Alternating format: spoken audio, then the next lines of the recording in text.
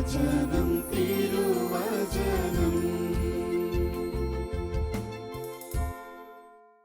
യേശുവിൽ ഏറ്റവും പ്രിയപ്പെട്ട എൻ്റെ സഹോദരി സഹോദരന്മാരെ, ശാലോം ടെലിവിഷൻ്റെ മുൻപിലിരുന്ന് കർത്താവിൻ്റെ വചനം കേൾക്കുന്ന നിങ്ങളെ എല്ലാവരെയും പരിശുദ്ധാത്മാവ് സമൃദ്ധമായി അഭിഷേകം ചെയ്യട്ടെ എന്ന് ഞാൻ പ്രാർത്ഥിക്കുന്നു. കർത്താവിൻ്റെ വചനം കേൾക്കുന്നത് അനുഗ്രഹപ്രദമാണ്, വായിക്കുന്നത് അനുഗ്രഹപ്രദമാണ്, അനുസരിക്കുന്നത് അനുഗ്രഹപ്രദമാണ് എന്ന് വെളിപാടിൻ്റെ പുസ്തകത്തിൽ ദൈവം നമ്മോട് പറയുന്നുണ്ട്. അതുകൊണ്ട് കർത്താവിൻ്റെ വചനം എന്നും നമുക്ക് അനുഗ്രഹം തന്നെയാണ്. ഇന്ന് നമ്മൾ ചിന്തിക്കുന്ന വിഷയം ഇതാണ്: 4 സുവിശേഷ സത്യങ്ങൾ. കർത്താവിൻ്റെ സുവിശേഷത്തിലെ 4 പ്രധാനപ്പെട്ട സത്യങ്ങളെക്കുറിച്ചാണ് ഇന്നത്തെ വചനം തിരുവചനം ശുശ്രൂഷയിൽ നമ്മൾ ചിന്തിക്കുന്നത്. ഒന്നാമത്തെ സത്യം, യേശു ക്രിസ്തു നമുക്ക് വേണ്ടി കുരിശിൽ മരിച്ചു. 1 കൊറിന്ത്യർ 15-ാം അധ്യായത്തിൻ്റെ 3-ാമത്തെ തിരുവചനം പറയുന്നു, നമുക്ക് വേണ്ടി കുരിശിൽ മരിച്ചവനായ യേശു ക്രിസ്തു. റോമാലേഖനം 5-ാം അധ്യായം 8-ാമത്തെ തിരുവചനം ആവർത്തിക്കുകയാണ്, നാം പാപികളായിരിക്കെ ക്രിസ്തു നമുക്ക് വേണ്ടി മരിച്ചു. അങ്ങനെ നമ്മോടുള്ള തൻ്റെ സ്നേഹം അവിടുന്ന് പ്രകടമാക്കി. സ്നേഹം നേരത്തെ തന്നെ ഉണ്ടായിരുന്നു. സ്നേഹമുള്ളത് കൊണ്ടാണ് അവിടുന്ന് നമ്മെ സൃഷ്ടിച്ചത്. നാം വഴിതെറ്റി പോകുമെന്ന് അവിടത്തേക്ക് അറിയാമായിരുന്നു. നാം അവിടുത്തെ വേദനിപ്പിക്കുമെന്ന് അവിടുന്ന് മുൻകൂട്ടി അറിഞ്ഞിരുന്നു. നാം സാത്താൻ്റെ പക്ഷം ചേരുമെന്നും അവിടുന്ന് സൃഷ്ടിക്കുന്ന പ്രപഞ്ചത്തെ താറുമാറാക്കുമെന്നും ഇരുട്ടിലാക്കുമെന്നും ദൈവത്തിന് നേരത്തെ അറിയാമായിരുന്നു. സ്നേഹം മാത്രമായിരുന്ന ദൈവം നമ്മുടെ പാപത്തിൻ്റെ പേരിൽ തോറ്റുകൊടുക്കാൻ തയ്യാറായില്ല. സ്നേഹം മാത്രമായ ദൈവം നമ്മുടെ പാപം നേരത്തെ അറിഞ്ഞിട്ടും അതിന് പരിഹാരം ചെയ്യുവാൻ നേരത്തെ തന്നെ തീരുമാനമെടുത്തുകൊണ്ടാണ് നമ്മെ സൃഷ്ടിക്കുന്നത്. ലോകസ്ഥാപനത്തിന് മുൻപ് തന്നെ അറുക്കപ്പെട്ട കുഞ്ഞാട് എന്നാണ് യേശുക്രിസ്തുവിൻ്റെ കുരിശുമരണത്തെക്കുറിച്ചും ദൈവത്തിൻ്റെ സ്നേഹത്തെക്കുറിച്ചും നമ്മൾ വായിക്കുന്നത്. യേശുവിൽ ഏറ്റവും പ്രിയപ്പെട്ടവരെ, നമ്മെ രക്ഷിക്കുവാൻ മറ്റൊരു മാർഗവും ദൈവത്തിനില്ലായിരുന്നു എന്നുള്ളതാണ് സത്യം. നമ്മെ രക്ഷിക്കുവാൻ മറ്റെന്തെങ്കിലും ഒരു മാർഗം ഉണ്ടായിരുന്നുവെങ്കിൽ ദൈവം തൻ്റെ പ്രിയപ്പെട്ട പുത്രനായ യേശുക്രിസ്തുവിനെ കുരിശുമരണത്തിനായിട്ട് വിട്ടുകൊടുക്കുകയില്ലായിരുന്നു. മറ്റൊരു മാർഗവുമില്ലായിരുന്നു. ഈ ഒരൊറ്റ മാർഗമേ ഉണ്ടായിരുന്നുള്ളൂ. അമേരിക്ക എന്ന് പറയുന്ന മഹത്തായ രാജ്യത്തെ കാർന്നു തിന്നിരുന്ന ഒരു രോഗമായിരുന്നു അടിമത്തം. ധാരാളം അടിമകൾ മൃഗങ്ങളെപ്പോലെ അവിടെ ജീവിച്ചിരുന്നു. മനുഷ്യനെന്നുള്ള പദവി നഷ്ടപ്പെട്ട പാവപ്പെട്ട കറുത്തവർഗക്കാരായ മനുഷ്യർ. അവിടെ മൃഗങ്ങൾക്ക് പോലും ഒരു കാലത്ത് ഈ പാവപ്പെട്ട മനുഷ്യരെക്കാൾ കൂടുതൽ ഇമ്പോർട്ടൻസ് കിട്ടിയിരുന്നു, പ്രാധാന്യമുണ്ടായിരുന്നു. ഈ പൈശാചികമായ സിസ്റ്റത്തെ തകർക്കുവാൻ ഏബ്രഹാം ലിങ്കൻ എന്ന് പറയുന്ന ദൈവത്തിൻ്റെ പ്രിയപ്പെട്ട മകൻ തീരുമാനമെടുക്കുകയാണ്. ദൈവത്തിൻ്റെ സ്വരം അദ്ദേഹത്തിൻ്റെ ആത്മാവിൽ മുഴങ്ങി, നീയാണ് ആ ഉപകരണം, എൻ്റെ പ്രിയപ്പെട്ട ഇൻസ്ട്രുമെൻ്റ് നീയാണ്. ഈ കാടത്തത്തെ ഇല്ലാതാക്കുവാൻ നിന്നെയാണ് ഞാൻ അഭിഷേകം ചെയ്തിരിക്കുന്നത്, നിന്നെയാണ് ഞാൻ തിരഞ്ഞെടുത്തിരിക്കുന്നത്. ഉള്ളിൽ മുഴങ്ങിയ കർത്താവിൻ്റെ ശബ്ദത്തിന് ഏബ്രഹാം ലിങ്കൻ ആമേൻ എന്ന് മറുപടി കൊടുക്കുകയാണ്. അദ്ദേഹം പ്രസിഡന്റ് ആയിരിക്കുന്ന സമയത്ത് തൻ്റെ അധികാരം ഉപയോഗിച്ചുകൊണ്ട് അമേരിക്കയിലെ ഈ അടിമത്തത്തെ അദ്ദേഹം ഇല്ലാതാക്കി, നിയമം കൊണ്ട് തന്നെ. അതിന് അദ്ദേഹത്തിന് വലിയൊരു വില കൊടുക്കേണ്ടതായിട്ട് വന്നു. അദ്ദേഹം വെടിയേറ്റ് മരിച്ചു വീഴുകയാണ്. അദ്ദേഹത്തിൻ്റെ ശവശരീരം വാഷിങ്ടണിൽ നിന്നും ഇലിനോയ് എന്ന് പറയുന്ന സ്ഥലത്തേക്ക് വാഹനത്തിൽ കയറ്റി കൊണ്ടുവരികയാണ്. 10,000-കണക്കിന് ജനങ്ങൾ റോഡിൻ്റെ 2 ഭാഗത്തു നിന്ന് അദ്ദേഹത്തിന് അന്ത്യ ഉപചാരങ്ങൾ അർപ്പിക്കുകയാണ്. ഒരു കറുത്തവർഗക്കാരിയായ അമ്മ തൻ്റെ 2 വയസ്സുള്ള മകനെ തോളിലെടുത്ത് ഉയർത്തിപ്പിടിച്ചുകൊണ്ട് ഇപ്രകാരം വിളിച്ചു പറഞ്ഞു, മോനെ, നീ നന്നായിട്ട് നോക്കൂ, ആ കിടക്കുന്നത് ആരാണെന്നറിയാമോ?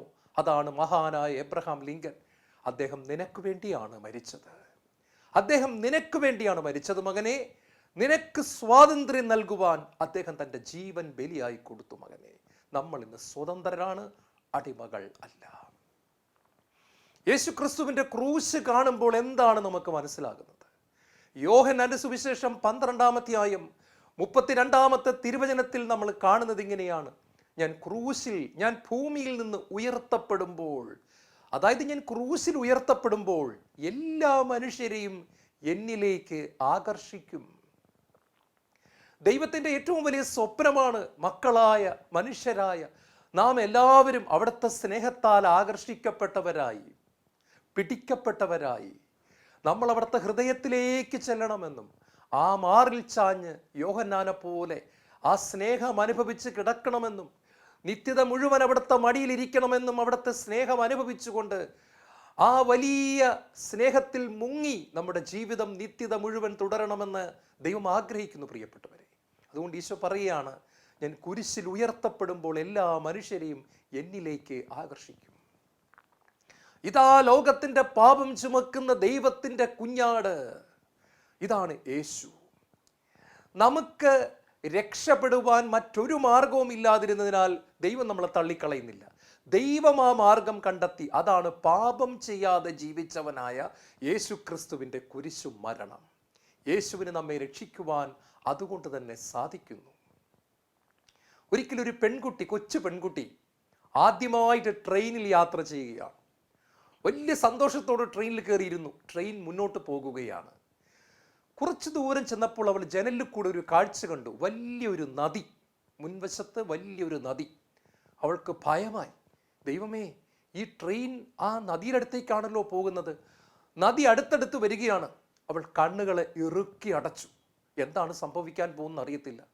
ആ നദിയുടെ മുകളിലേക്ക് വന്നതും ഒരു പ്രത്യേക ശബ്ദമുണ്ടാക്കിക്കൊണ്ട് ട്രെയിൻ കടന്നുപോയി. അവൾക്ക് വലിയ ആശ്വാസമായി. പിന്നെയും അവൾ കാഴ്ചകൾ കണ്ടിരിക്കുകയാണ്. കുറേ ദൂരം കഴിഞ്ഞപ്പോൾ വീണ്ടും ഒരു നദി വരുന്നു. അല്പം വീതി കൂടിയ നദിയാണ്. അവൾക്ക് നല്ല പേടി തോന്നി. ദൈവമേ, എന്തെങ്കിലും പറ്റുമോ? അതാ അവിടെ വന്നപ്പോഴും ഒരു പ്രത്യേക ശബ്ദമുണ്ടാക്കിക്കൊണ്ട് ട്രെയിൻ കടന്നുപോയി. 5 or 6 നദികൾ കടന്നു കഴിഞ്ഞപ്പോൾ അവൾ പതുക്കെ തൻ്റെ സീറ്റിലേക്ക് ചാരി ഇരുന്നു കൊണ്ട് തനിയെ ഇപ്രകാരം പറഞ്ഞു: ഞാൻ ഇവിടെ വരുന്നതിന് മുമ്പ് എല്ലാ നദികളുടെ മുകളിലും ആരോ പാലങ്ങൾ ഉണ്ടാക്കി വച്ചിരിക്കുന്നു. ഞാൻ ഇവിടെ വരുന്നതിന് മുൻപ് ഓരോ നദിയുടെ മുകളിലും ആരോ പാലം ഉണ്ടാക്കി വച്ചിരിക്കുന്നതിനാൽ എനിക്ക് അപകടം പറ്റാതെ മുന്നോട്ട് പോകാൻ സാധിക്കുന്നു. പുരോഹിതൻ എന്ന വാക്കിൻ്റെ അർത്ഥം പാലം പണിയുന്നവൻ എന്നാണ്. യേശുവിൽ ഏറ്റവും പ്രിയപ്പെട്ടവരെ, യേശുവിനെ വിളിക്കുന്ന പേര് പുരോഹിതൻ എന്നുമല്ല, പ്രധാന പുരോഹിതനാണ്. എന്ന് പറഞ്ഞാൽ അതിൻ്റെ ആത്മീയ അർത്ഥം ഇങ്ങനെ എടുക്കാം: പ്രധാനപ്പെട്ട പാലം പണിതവൻ. പ്രധാന പുരോഹിതൻ, പ്രധാനപ്പെട്ട പാലം പണിതവൻ. ആരാണ് ഈ പ്രധാനപ്പെട്ട പാലം പണിതവനായ യേശു ക്രിസ്തു? അത് ദൈവത്തിൻ്റെ വചനമാണ്, ദൈവം തന്നെയാണ്. ഏതാണ് ഈ പ്രധാനപ്പെട്ട പാലം? ഭൂമിയെയും സ്വർഗത്തെയും തമ്മിൽ കൂട്ടിമുട്ടിക്കുന്ന പാലം. പാപിയായ മനുഷ്യനെയും അതീവ പരിശുദ്ധനായ ദൈവത്തെയും തമ്മിൽ കൂട്ടിമുട്ടിക്കുന്ന പാലം. പാപിയായ മനുഷ്യൻ്റെ പാപങ്ങളെ ദൈവത്തിലേക്ക് എത്തിക്കുകയും പരിശുദ്ധനായ ദൈവത്തിൻ്റെ കൃപയെ പാവപ്പെട്ട മനുഷ്യരിലേക്ക് കൊണ്ടുവരികയും ചെയ്യുന്ന പാലമാണ് യേശു ക്രിസ്തു. അതേ പ്രിയപ്പെട്ടവരെ, സുവിശേഷത്തിലെ ഒന്നാമത്തെ സത്യമെന്ന് പറയുന്നത്, ഒരു പാപി സത്യത്തിൽ അവൻ്റെ പാപങ്ങളുടെ പരിഹാരമായി അവൻ ഇനി നരകത്തേക്ക് പോകേണ്ട കാര്യമില്ല, പാപത്തിൻ്റെ ശിക്ഷ അവൻ അനുഭവിക്കേണ്ട കാര്യമില്ല. അവന് സത്യത്തിൽ ദൈവത്തിൻ്റെ അടുത്തേക്ക് ചെല്ലാനുള്ള ഒരു പാലം പണിത് വച്ചിരിക്കുന്നു. ആ പാലത്തിലേക്ക് നമ്മൾ കയറണമെന്ന് വിളിച്ചു പറയുന്നതിൻ്റെ പേരാണ് സത്യത്തിൽ സുവിശേഷ പ്രഘോഷണം എന്ന് പറയുന്നത്. റെംബ്രാൻഡ് എന്ന് പറയുന്ന പ്രശസ്തനായ ചിത്രകാരൻ, അദ്ദേഹത്തിൻ്റെ വളരെ പ്രശസ്തമായ ഒരു പെയിൻറ്റിംഗ് ആണ് 3 crosses, അതായത് 3 കുരിശുകൾ. ആ പെയിൻറ്റിങ് നമ്മൾ നോക്കുമ്പോൾ ആദ്യം നമ്മുടെ മനസ്സിലേക്ക്, നമ്മുടെ കണ്ണുകൾ ചെന്ന് പതിയുന്നത് യേശുവിൻ്റെ മുഖത്താണ്. മുൾമുടി അണിഞ്ഞ് വേദന സഹിച്ച് കിടക്കുന്ന ശാന്തതയുള്ള യേശുവിൻ്റെ മുഖം. നമ്മൾ കുറച്ചു നേരം ആ യേശുവിൻ്റെ ചിത്രത്തിലേക്ക്, യേശുവിൻ്റെ മുഖത്തേക്ക് നോക്കിക്കൊണ്ടിരിക്കും. പിന്നീട് നമ്മൾ ആ പെയിൻറ്റിങ്ങിൻ്റെ മറ്റു ഭാഗങ്ങളിലേക്ക് നോക്കുമ്പോൾ ആ കുരിശിൻ്റെ താഴെ ജനക്കൂട്ടമാണ്, കുറേയേറെ ആളുകൾ നിൽക്കുന്നുണ്ട്. ആ ആൾക്കൂട്ടത്തിൽ അല്പം പുറകിലായി നമ്മൾ ഒരാളെ കാണുന്നു. അതാരാന്നറിയാമോ? ഈ പെയിൻറ് ചെയ്ത ചിത്രകാരൻ റെംബ്രാൻഡ്. അദ്ദേഹത്തിൻ്റെ ചിത്രം ആൾക്കൂട്ടത്തിൽ വരച്ചു വച്ചിരിക്കുകയാണ്. അദ്ദേഹം നമുക്ക് തരുന്ന മെസ്സേജ് ഇതാണ്, സന്ദേശം ഇതാണ്: യേശുവിൻ്റെ കുരിശുമരണത്തിന് അവനെ ക്രൂശിക്കുക എന്ന് വിളിച്ചു പറഞ്ഞ ആ ആൾക്കൂട്ടത്തിൽ ഒരുവനായി ഞാനും ഉണ്ടായിരുന്നു. എൻ്റെ പാപങ്ങൾക്ക് വേണ്ടിയാണ് യേശു മരിച്ചത്. യേശുവിൻ്റെ മരണത്തിന് ഉത്തരവാദി ഞാനും കൂടെയാണ്. എൻ്റെയും പാപങ്ങൾ അതിന് കാരണമായി തീർന്നു എന്ന് പറഞ്ഞിരിക്കുകയാണ്. കർത്താവിൻ്റെ കുരിശിലേക്ക് വരുമ്പോൾ റോമൻ സൈന്യാധിപനെ പോലെ അറിയാതെ നമ്മളും ഹെൽമറ്റ് തലയിൽ നൂരി മാറ്റുകയാണ്. ഞാനെന്ന ഭാവത്തിൻ്റെ ഹെൽമറ്റ്, സ്വയനീതീകരണത്തിൻ്റെ ഹെൽമറ്റ് എല്ലാം പോവുകയാണ്. നമ്മളും കുനിഞ്ഞ ശിരസുമായി കുരിശിൽ കെട്ടിപ്പിടിച്ചുകൊണ്ട് പറയുകയാണ്: ദൈവമേ, പ്രപഞ്ചത്തെ സൃഷ്ടിച്ച അങ്ങ് തന്നെയാണോ ഈ കിടക്കുന്നത്? എന്നെ ഇത്രമാത്രം സ്നേഹിക്കുവാൻ ഞാൻ ആരാണ് കർത്താവേ? പൊടിയിലേക്ക് മടങ്ങേണ്ട എനിക്ക് നിത്യതയുള്ള ഒരു ആത്മാവിനെ ഉള്ളിലാക്കിക്കൊണ്ട് എന്നെ മകനെ, മകളെ എന്ന് വിളിച്ച് സ്നേഹിച്ച് ഞാൻ നരകത്ത് പോകാതിരിക്കുവാനുള്ള വലിയ വില കൊടുത്തുവല്ലോ കർത്താവേ. ഈ സ്നേഹം ഞാൻ തിരിച്ചറിയുന്നു. ഇതെൻ്റെ കണ്ണുകളെ പ്രകാശിപ്പിക്കുന്ന കർത്താവേ. എൻ്റെ ജീവിതം ഭൂമിയിലെ കാര്യങ്ങൾക്ക് വേണ്ടി മാത്രമല്ല എന്ന സത്യം ഞാൻ മനസ്സിലാക്കുന്നു. ആ കുരിശിലേക്ക് നോക്കുമ്പോൾ എൻ്റെ അന്ധകാരം മാറുന്നത് ഞാൻ അറിയുന്നു. എൻ്റെ ഉള്ളു മുഴുവൻ പ്രകാശം കൊണ്ട് നിറയുന്നു. രണ്ടാമത്തെ സത്യം എന്ന് പറയുന്നത്, നമ്മെ നീതീകരിക്കുവാൻ വേണ്ടി ഉയർത്തെഴുന്നേറ്റ യേശുക്രിസ്തു. യേശുക്രിസ്തു ഉയർത്തെഴുന്നേറ്റിരിക്കുന്നു. അതാണ് സുവിശേഷത്തിലെ രണ്ടാമത്തെ സത്യം. റോമാലേഖനം 4-ാം അധ്യായം 24-ാമത്തെ തിരുവചനം ഇങ്ങനെയാണ്: നമ്മുടെ പാപങ്ങളുടെ മോചനത്തിന് വേണ്ടി കുരിശിൽ മരണത്തിന് ഏൽപ്പിക്കപ്പെടുകയും നമ്മുടെ നീതീകരണത്തിന് വേണ്ടി ഉയർപ്പിക്കപ്പെടുകയും ചെയ്ത കർത്താവായ യേശുക്രിസ്തു. അപ്പൊ യേശുക്രിസ്തു ഉയർത്തത് നമ്മുടെ നീതീകരണത്തിന് വേണ്ടിയിട്ടാണ്. ജസ്റ്റിഫിക്കേഷൻ, നമ്മെ കുറ്റവാളി അല്ല എന്ന് പ്രഖ്യാപിക്കുന്നതിന് വേണ്ടിയിട്ടാണ്, നമ്മെ നീതീകരിക്കുന്നതിന് വേണ്ടിയിട്ടാണ്. ആർക്കാണ് നമ്മളെ നീതീകരിക്കാൻ പറ്റുന്നത്? എല്ലാവർക്കും നമ്മളെ നീതീകരിക്കാൻ പറ്റുമോ? പറ്റില്ല പ്രിയപ്പെട്ടവരെ. വില കൊടുക്കുന്ന വ്യക്തിക്ക് മാത്രമേ നമ്മളെ നീതീകരിക്കാൻ പറ്റൂ. ഒരു ചെറിയ ഉദാഹരണത്തിലൂടെ ഞാനിത് വ്യക്തമാക്കാം. ഞാൻ ഒരാൾക്ക് 10 ലക്ഷം രൂപ കടം വാങ്ങിച്ചത് തിരിച്ചു കൊടുക്കാനായിട്ടുണ്ട്. ഞാൻ 10 ലക്ഷം രൂപ കടം വാങ്ങിച്ചു. അത് ആരുടെ അടുത്ത് നിന്നാണോ വാങ്ങിച്ചത് ആ വ്യക്തിക്ക് ഞാനത് തിരിച്ചു കൊടുക്കുവാനായിട്ടുണ്ട്. പക്ഷെ 3 വർഷങ്ങൾ കഴിഞ്ഞിട്ടും എനിക്കിത് കൊടുക്കാൻ പറ്റുന്നില്ല. ആ വ്യക്തി മിക്കവാറും ദിവസങ്ങളിൽ എൻ്റെ വീട്ടിൽ വന്ന് ബഹളമുണ്ടാക്കുകയാണ്. പണം എവിടെ, പണം എവിടെ? എനിക്ക് കൊടുക്കാനേ പറ്റുന്നില്ല. ഞാൻ അദ്ദേഹത്തിൻ്റെ മുൻപിലും കുറ്റവാളിയാണ്, നിയമത്തിൻ്റെ മുൻപിലും കുറ്റവാളിയാണ്. എൻ്റെ ഈ അവസ്ഥ അറിഞ്ഞിട്ട് എൻ്റെ സമ്പന്നനായ ഒരു സ്നേഹിതൻ വന്ന് 10 ലക്ഷം രൂപ ആ വ്യക്തിക്ക് കൊടുത്തുകൊണ്ട് പറഞ്ഞു: പ്രശ്നം തീർന്നല്ലോ. അയാൾ പറഞ്ഞു: പ്രശ്നം തീർന്നു. ഇതാ, ഞാൻ നീതീകരിക്കപ്പെട്ടിരിക്കുന്നു. ഇപ്പോൾ ഞാൻ കുറ്റവാളിയല്ല, ഇപ്പോൾ ഞാനൊരു കള്ളനല്ല, ഇപ്പോൾ ഞാൻ നിയമത്തിൻ്റെ മുൻപിലും കുറ്റവാളിയല്ല, ഞാൻ നീതീകരിക്കപ്പെട്ടിരിക്കുന്നു. എങ്ങനെയാണ് ഞാൻ നീതീകരിക്കപ്പെട്ടത്? ആ 10 ലക്ഷം രൂപ എൻ്റെ സ്നേഹിതൻ കൊടുത്തു കഴിഞ്ഞപ്പോഴാണ് ഞാൻ നീതീകരിക്കപ്പെട്ടത്. യേശുക്രിസ്തുവിൻ്റെ ഉത്ഥാനം നമ്മളെ നീതീകരിക്കുന്നു എന്ന് പറയുന്നതിൻ്റെ അർത്ഥം ഇതാണ് പ്രിയപ്പെട്ടവരെ. ഞാനും നിങ്ങളും ചെയ്ത പാപത്തിൻ്റെ ശിക്ഷ യേശുക്രിസ്തു ഏറ്റെടുത്തു. യേശുക്രിസ്തു മരിക്കുക മാത്രമാണ് ചെയ്തിരുന്നതെങ്കിൽ സാത്താൻ്റെ മുഖത്ത് നോക്കി അത് വിളിച്ചു പറയുവാൻ ആരും ഉണ്ടാകത്തില്ലായിരുന്നു.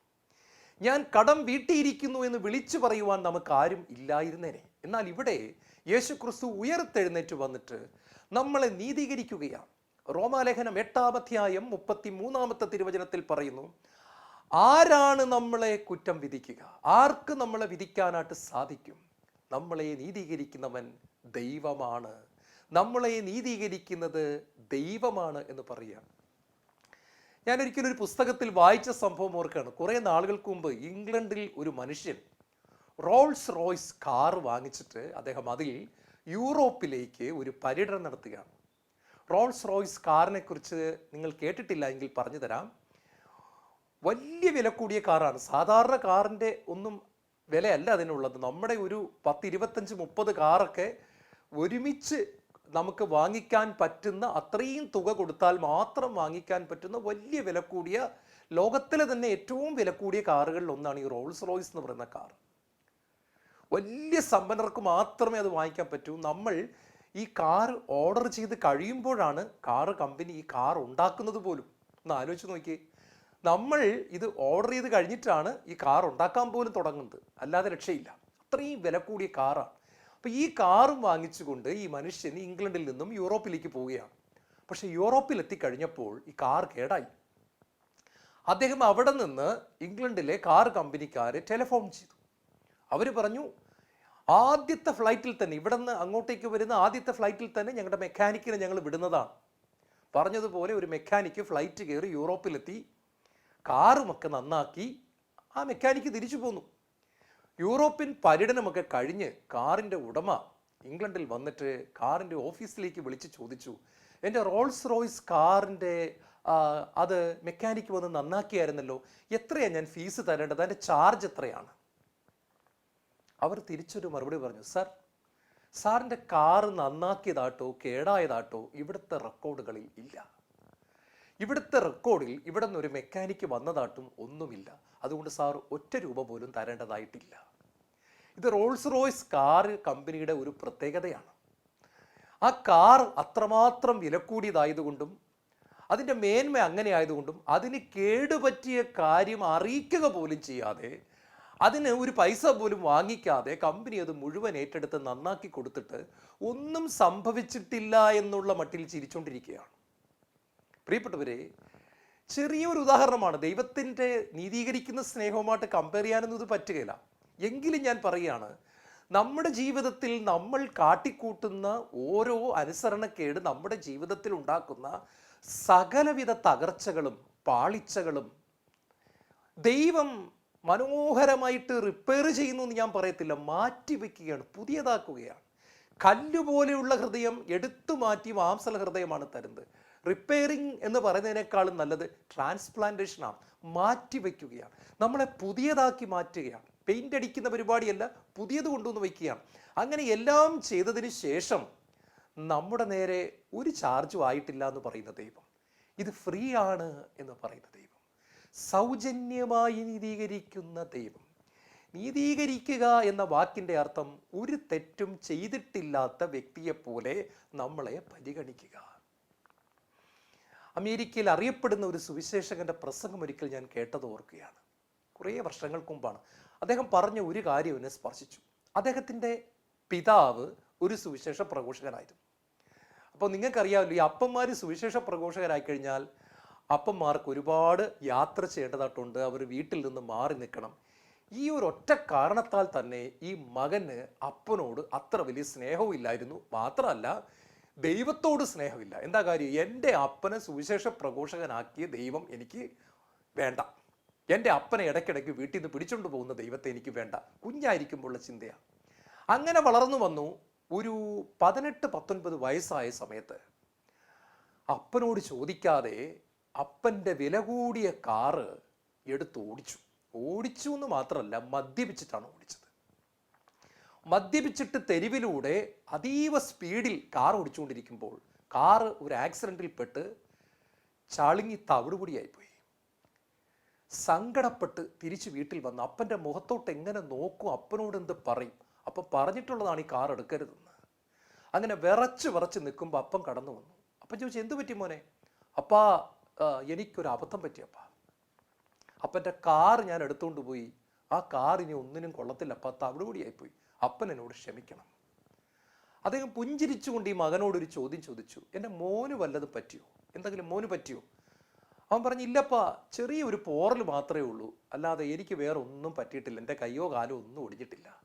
അപ്പോൾ ആ അപ്പൻ മകനോട് പറഞ്ഞു, മോനെ, നിനക്കൊന്നും പറ്റിയില്ലല്ലോ, സാരമില്ല, നിനക്ക് 18 വയസ്സായില്ലേ, നിനക്കൊരു കാർ വാങ്ങിച്ചു തരണമെന്ന് ഞാൻ ചിന്തിച്ചിരിക്കുകയായിരുന്നു. സാരമില്ല, നീ ഇപ്പോഴും ഉണ്ടല്ലോ, അതുകൊണ്ട് എനിക്ക് നിനക്ക് വേണ്ടി ഒരു കാർ വാങ്ങിച്ചു തരാൻ പറ്റുമല്ലോ, അതിലെനിക്ക് സന്തോഷം മാത്രമേ ഉള്ളൂ, മോൻ വിഷമിക്കണ്ട. തോളിലൊരു തട്ടും കൊടുത്തുകൊണ്ട് സുവിശേഷ പ്രഘോഷകനായ അപ്പൻ നടന്നുപോയി. ഈ 18 വയസ്സുകാരൻ മദ്യപിച്ചിരിക്കുകയാണ്. പക്ഷെ അവൻ താങ്ങാൻ പറ്റിയില്ല. അവൻ്റെ ബെഡ്റൂമിൽ ചെന്ന് വാതിലടച്ചു. കാർപ്പറ്റിൽ അവൻ മുട്ടുകുത്തി. അവൻ സ്വർഗത്തിലേക്ക് കരങ്ങൾ ഉയർത്തിയിട്ട് ഇങ്ങനെ പറഞ്ഞു, ദൈവമേ, ഒരു ഭൂമിയിലെ അപ്പൻ്റെ സ്നേഹം ഇതാണെങ്കിൽ എൻ്റെ സ്വർഗത്തിലെ അപ്പൻ എങ്ങനെയായിരിക്കും? ഭൂമിയിലെ അപ്പൻ ഇങ്ങനെയാണ് ഞാൻ ജീവിതം തകർത്തുകൊണ്ട് ചെന്നപ്പോൾ പ്രതികരിച്ചതെങ്കിൽ എൻ്റെ പാപം നിറഞ്ഞ ജീവിതം നോക്കിക്കൊണ്ട് എൻ്റെ സ്വർഗത്തിലെ അപ്പൻ എങ്ങനെയായിരിക്കും എന്നോട് പ്രതികരിക്കുന്നത്? അപ്പാ, എനിക്ക് മനസ്സിലായി അങ്ങ് എങ്ങനെയുള്ള അപ്പനാണ്? എനിക്ക് ഈ അപ്പനെ വേണം. എനിക്ക് എൻ്റെ അപ്പൻ്റെ സ്നേഹം അനുഭവിക്കണം. എനിക്ക് എൻ്റെ അപ്പൻ്റെ മാറോട് ചേർന്ന് കിടക്കണം. എനിക്ക് എൻ്റെ അപ്പൻ്റെ പൊന്നുമകനായി അപ്പനെ മഹത്വപ്പെടുത്തണമപ്പ. എൻ്റെ ജീവിതം ഞാൻ അപ്പന് സമർപ്പിക്കുന്നു. ഇത്രയും നാളുകൾ ഞാൻ തകർത്ത് കളഞ്ഞ എൻ്റെ എല്ലാ വർഷങ്ങളെ ഓർത്ത് ഞാൻ മാപ്പ് ചോദിക്കുന്നപ്പ. പ്രിയപ്പെട്ടവരെ, ജീവിതം യേശു ക്രിസ്തുവിന് കൊടുത്തു എന്ന് മാത്രമല്ല, അദ്ദേഹം ഒരു സുവിശേഷ പ്രഘോഷകനായി ആയിരങ്ങളെ പതിനായിരങ്ങളെ യേശുവിന് വേണ്ടി നേടുന്ന അഭിഷേകമുള്ള ഒരു മകനായിട്ട് മാറുകയാണ്. നമ്മളെ നീതീകരിക്കുന്ന സ്നേഹം, നമ്മളെ നീതീകരിക്കുന്നു യേശുവിൻ്റെ ഉത്ഥാനം. മൂന്നാമത്തെ സത്യം എന്ന് പറയുന്നത്, നമുക്ക് വേണ്ടി മധ്യസ്ഥം വഹിക്കുന്ന യേശു. എന്തുകൊണ്ടാണ് യേശു ക്രിസ്തു നമുക്ക് വേണ്ടി മധ്യസ്ഥം വഹിക്കുന്നത് ഞാൻ പറയാം. അതിന് കാരണം വെളിപാടിൻ്റെ പുസ്തകം 12-ാം അധ്യായം 10-ാമത്തെ തിരുവചനത്തിൽ പറയുന്നു, നമ്മുടെ സഹോദരങ്ങളെ ദുഷിക്കുകയും രാപകൽ ദൈവസമക്ഷം അവരെ പറ്റി പഴി പറയുകയും ചെയ്യുന്ന സാത്താൻ. അപ്പൊ സാത്താൻ്റെ ഒരു പ്രധാനപ്പെട്ട ശുശ്രൂഷ, സാത്താൻ്റെ മിനിസ്ട്രി എന്താണെന്ന് ചോദിച്ചു കഴിഞ്ഞാൽ, ദൈവമക്കളുടെ കുറ്റം പറഞ്ഞുകൊണ്ടിരിക്കുക. ആരുടെ അടുത്താ? ദൈവത്തിൻ്റെ അടുത്ത്. ദൈവമേ നിന്റെ പൊന്നുമകൻ ചെയ്തത് കണ്ടോ, ദൈവമേ നിന്റെ പൊന്നുമകൾ ചെയ്തത് കണ്ടോ. ഇതിങ്ങനെ ചുമ്മാ പറഞ്ഞുകൊണ്ടിരിക്കുന്നതാണ് സാത്താൻ്റെ പ്രധാനപ്പെട്ട ജോലി. അപ്പൊ ഇതിനെ ചെറുക്കാൻ വേണ്ടിയുള്ള ദൈവത്തിൻ്റെ സമ്മാനമാണ് യേശു ക്രിസ്തു. റോമാലേഖനം 8-ാം അധ്യായം 34-ാമത്തെ തിരുവചനത്തിൽ പറയുന്നു, മരിച്ചവനെങ്കിലും ഉത്ഥാനം ചെയ്തവനും ദൈവത്തിൻ്റെ വലതുഭാഗത്തിരുന്ന് നമുക്ക് വേണ്ടി മധ്യസ്ഥം വഹിക്കുന്നവനുമായ യേശു ക്രിസ്തു. സാത്താൻ്റെ ഓരോ ആരോപണത്തിനും യേശു മറുപടി പറയുന്നത് ഇങ്ങനെയാണ്, എൻ്റെ രക്തം അവനെ കഴുകുവാൻ മതിയായത്. അവൻ അനുതപിച്ചു, അവൾ അനുതപിച്ചു, എൻ്റെ രക്തം അവളെ കഴുകുവാൻ മതിയായത്. ശിക്ഷിക്കാൻ സാധ്യമല്ല. യേശു പിതാവിൻ്റെ വലതുഭാഗത്തിരുന്ന് നമുക്ക് വേണ്ടി മധ്യസ്ഥം വഹിച്ചുകൊണ്ട് സാത്താൻ്റെ ആരോപണങ്ങളെ ചെറുക്കുകയാണ്. ഇതിനെപ്പറ്റി പഴയ നിയമത്തിൽ ഒരു ഭാഗത്ത് മനോഹരമായിട്ട് പറയുന്നുണ്ട്. അത് സക്കറിയാ പ്രവാചകന്റെ പുസ്തകം 3-ാം അധ്യായം 1 മുതൽ 5 വരെയുള്ള വാക്യങ്ങളാണ്. അവിടെ ഇങ്ങനെയാണ് കാണുന്നത്, പ്രധാന പുരോഹിതനായ ജോഷുവ ദൈവത്തിൻ്റെ മുൻപിൽ നിൽക്കുകയായിരുന്നു. സാത്താൻ അവൻ്റെ വലതുഭാഗത്ത് നിന്നുകൊണ്ട് ഈ പ്രധാന പുരോഹിതനായ ജോഷുവയുടെ കുറ്റങ്ങളെല്ലാം വിളിച്ചു പറഞ്ഞുകൊണ്ടിരിക്കുകയാണ്. ഈ സമയത്ത് കർത്താവ് സാത്താനോട് പറയുന്നു, സാത്താനെ, കർത്താവ് നിന്നെ ശാസിക്കുന്നു. ഉടനെ ഒരു ദൈവദൂതൻ വന്നിട്ട് പറയുകയാണ്, നിന്റെ മാലിന്യമെല്ലാം നീക്കപ്പെട്ടിരിക്കുന്നു, നിനക്ക് പുതിയ വസ്ത്രങ്ങൾ തരുന്നു. ഇത് പറഞ്ഞിട്ട് ശിരസിലും ഒരു പുതിയ വസ്ത്രം ഇട്ടുകൊടുത്തു, ശരീരത്തിലും ഒരു പുതിയ വസ്ത്രം ഇട്ടുകൊടുത്തു. അപ്പൊ ജോഷുവയെ പറ്റി ഇവിടെ പറയുന്നുണ്ട്, ജോഷുവ മുഷിഞ്ഞ വസ്ത്രം ധരിച്ചാണ് നിന്നത് എന്ന് പറഞ്ഞാൽ അവൻ്റെ ജീവിതത്തിലെ പാപത്തെയാണ് അത് കാണിക്കുന്നത്. ഈ പാപം നിറഞ്ഞ ജോഷുവയെ കുറ്റം വിധിച്ചുകൊണ്ട് നിൽക്കുന്ന സാത്താൻ, ആ സാത്താനെ നിർത്തിക്കൊണ്ട് തന്നെ ദൈവം ഈ അഴുക്ക് നിറഞ്ഞ ഉടുപ്പെടുത്ത് മാറ്റി ഫ്രീ ആയിട്ട് ഒരു പുതിയ വസ്ത്രം കൊടുക്കുകയാണ്. പ്രിയപ്പെട്ടവരെ, കാണുക, പിതാവിൻ്റെ വലതുഭാഗത്തിൽ നമുക്ക് വേണ്ടി മധ്യസ്ഥം വഹിക്കുന്ന യേശു. ഇനി പ്രിയപ്പെട്ടവരെ, 4-ാമത്തെ സത്യം എന്താണ്? സുവിശേഷത്തിലെ 4-ാമത്തെ സത്യം എന്ന് പറയുന്നത്, യേശു ക്രിസ്തു വീണ്ടും വരും എന്നുള്ളതാണ് 4-ാമത്തെ സത്യം. ഹെബ്രായ ലേഖനം 9-ാം അധ്യായത്തിൻ്റെ 28-ാമത്തെ തിരുവചനം പറയുന്നു, അവൻ വീണ്ടും വരും, പാപപരിഹാരാർത്ഥമല്ല, തന്നെ പ്രതീക്ഷയോടെ കാത്തിരിക്കുന്നവരുടെ രക്ഷയ്ക്ക് വേണ്ടി. യോഹന്നാന്റെ സുവിശേഷം 14-ാം അധ്യായത്തിൽ 1 മുതലുള്ള വാക്യങ്ങൾ ഇങ്ങനെയാണ് പറയുന്നത്, എൻ്റെ പിതാവിൻ്റെ സന്നിധിയിൽ അനേക വാസസ്ഥലങ്ങളുണ്ട്, ഇല്ലായിരുന്നുവെങ്കിൽ ഞാൻ പോയി നിങ്ങൾക്ക് സ്ഥലമൊരുക്കുമെന്ന് പറയുമായിരുന്നോ? ഞാൻ പോയി സ്ഥലം ഒരുക്കി കഴിയുമ്പോൾ ഞാൻ ആയിരിക്കുന്നിടത്ത് നിങ്ങളും ആയിരിക്കേണ്ടതിന് ഞാൻ വീണ്ടും വന്ന് നിങ്ങളെ കൂട്ടിക്കൊണ്ടു പോകും. ഇംഗ്ലണ്ടിലെ രാജ്ഞിയായിരുന്ന വിക്ടോറിയ രാജ്ഞിയുടെ കസിൻ ആയിരുന്നു ലോർഡ് സിസിൽ പ്രഭു. സിസിൽ പ്രഭു പേര് കേൾക്കുമ്പോൾ തന്നെ നിങ്ങൾക്കറിയാം, ഒരു പ്രഭുവാണ്, വലിയ പ്രഭു കുടുംബത്തിലെ വ്യക്തിയാണ്. പക്ഷേ സുവിശേഷത്താൽ അദ്ദേഹം പിടിക്കപ്പെട്ടു. യേശുവിൻ്റെ കാൽവരിയിലെ സ്നേഹം അദ്ദേഹത്തെ കീറി മുറിച്ചു. അദ്ദേഹം ഒരു സുവിശേഷ പ്രഘോഷകനായി തീർന്നു. രാജകൊട്ടാരവുമായിട്ട് ബന്ധപ്പെട്ട ഒരു വ്യക്തി സുവിശേഷ പ്രഘോഷകനാകുന്നത് അത്ഭുതമല്ലേ? അദ്ദേഹം സുവിശേഷവുമായിട്ട് കാനഡയിലെ പല സ്ഥലങ്ങളിലേക്കും പോയി. അങ്ങനെ ഒരിക്കൽ പോയിട്ട് അദ്ദേഹം റോഡിലൂടെ നടന്നു വരുമ്പോൾ ഒരു മനുഷ്യൻ ചെടികൾക്ക് വെള്ളമൊഴിക്കുകയാണ്. ഈ മനുഷ്യനെ പ്രഭുവിനറിയാം. യേശുക്രിസ്തുവിന് വേണ്ടി ജ്വലിച്ചിരുന്നൊരു വ്യക്തിയാണ്. ഇപ്പോൾ എല്ലാ തീഷ്ണതയും പോയി ചൈതന്യം നഷ്ടപ്പെട്ട് ഒരു ജഡികനായി ജീവിക്കുകയാണ്. ഒത്തിരി സങ്കടം വന്ന സിസിൽ പ്രഭു ഉച്ചത്തിൽ വിളിച്ചു പറഞ്ഞു, യേശുക്രിസ്തു വീണ്ടും വരുന്നു, യേശുക്രിസ്തു വീണ്ടും വരുന്നു, അവനിതാ വീണ്ടും വരുന്നു എന്ന് 3 പ്രാവശ്യം വിളിച്ചു പറഞ്ഞു. ഇത് കേട്ടപ്പോൾ ചെടികൾക്ക് വെള്ളം ഒഴിച്ചുകൊണ്ടിരുന്ന ആ മനുഷ്യൻ ഒരു നിമിഷം വാനമേഘങ്ങളിൽ വരുന്ന യേശുവിനെ പറ്റി ചിന്തിക്കുകയും എൻ്റെ കർത്താവേ, പാപിയായ എന്നോട് ക്ഷമിക്കണമേ, ഞാനിതാ പിന്മാറ്റത്തിൽ നിന്നും നിന്റെ സന്നിധിയിലേക്ക് മടങ്ങി വരുന്നുവെന്ന് പറഞ്ഞുകൊണ്ട് അദ്ദേഹം യേശുക്രിസ്തുവിൻ്റെ സ്നേഹത്തിലേക്ക് മടങ്ങി വന്നതായിട്ട് ഒരു സംഭവം ഞാൻ ഓർക്കുന്നു. പ്രിയപ്പെട്ടവരെ, ഈ 4 സത്യങ്ങളും സത്യങ്ങൾ തന്നെയാണ്, മാറ്റമില്ലാത്തതാണ്. വള്ളിയോ പുള്ളിയോ മാറുകയില്ല. നമ്മുടെ ജീവിതം യേശുക്രിസ്തുവിന് കൊടുക്കുന്നത് തന്നെയാണ് നമുക്ക് കിട്ടാവുന്ന ഏറ്റവും വലിയ ഭാഗ്യം. കണ്ണുകളടയ്ക്കാൻ പ്രാർത്ഥിക്കാം. യേശുവേ, അങ്ങയുടെ കുരിശിലെ സ്നേഹത്താൽ ഞങ്ങളെ പിടിച്ചതിന് നന്ദി പറയുന്നു. എൻ്റെ രക്തം ഞങ്ങളെ കഴുകി നീതീകരിച്ചതിന് നന്ദി പറയുന്നു. ഞങ്ങൾക്ക് വേണ്ടി മധ്യസ്ഥം വഹിക്കുന്നതിന് നന്ദി പറയുന്നു. ഞങ്ങൾക്ക് വേണ്ടി ഇനിയും ഒരിക്കൽ കൂടി അങ്ങ് വരും ഞങ്ങളെ കൊണ്ടുപോകുവാൻ. ആ വലിയ സത്യങ്ങൾക്കായി നന്ദി പറയുന്നു. യേശുവേ സ്തോത്രം, യേശുവേ നന്ദി, യേശുവേ ആരാധന.